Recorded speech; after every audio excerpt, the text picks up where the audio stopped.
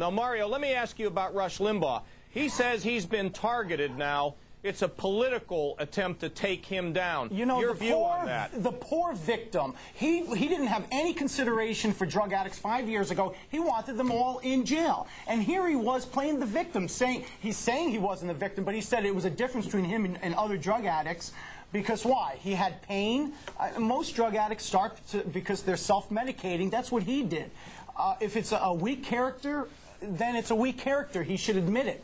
No, he went for 30 days, and now he's cured. 30 days to get off of drugs. I don't think so. Joe, you know, when I look at this effort around Rush, you know, normally they don't go after somebody that's in pain who goes to clinics and is a pill popper. They're usually after the person who's dealing the pills. Your take on Rush's comments? Yeah, this is really, from everything I've seen, it's unprecedented. You can't find a case where they've gone after someone with this determination to find him guilty of something. This delving into his medical records, if this had been any other person besides Rush Limbaugh, the liberals would have been up in arms.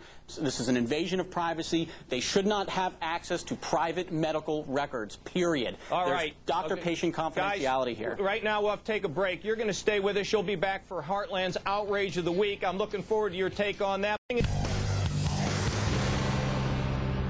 Welcome back. Can you believe that Child's Play has made the Outrage of the Week? Well, the mother, listen to this, the mother of a 2-year-old child is suing a Connecticut town because her son received stitches after he cut his head as he was running toward a playground treehouse.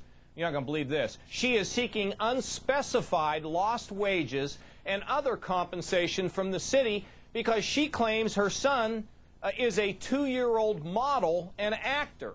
In a letter to officials, she demanded compensation for medical bills, pain and suffering, and a lost wage amount due to his inability to audition or take modeling or commercial jobs while his head heals. Mario, is this the craziest thing you ever heard? You know, it's not that crazy, actually. Oh, come on! You know, we don't know if this was a frivolous lawsuit. We don't know the situation. Joe, get him in a headlock. Yeah. Maybe he's making some money being a model and doing stuff on TV or whatever. Mario, he's 2 years old.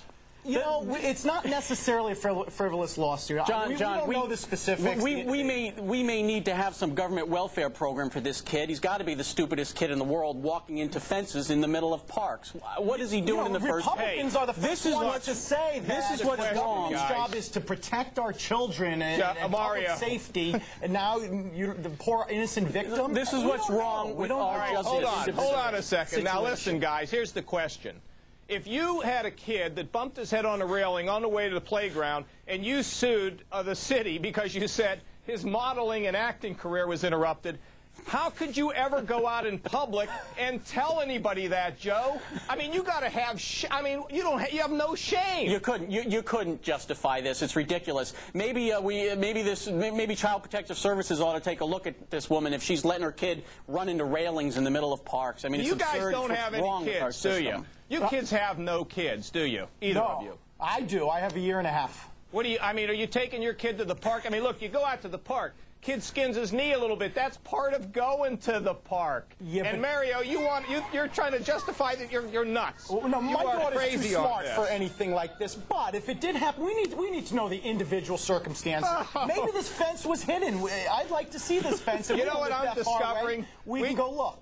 Look, we just started this segment called Outrage of the Week, and I'm becoming convinced that the guests I'm having on that are commenting on the outrage are more outrageous than the outrage itself. Hey, guys, have me over for dinner sometime. You'd be a lot of fun to hang out with. Thanks for being with us. Thank you, John. All right, ladies and gentlemen, that's all the time we have for tonight. I hope you'll join me again next Saturday.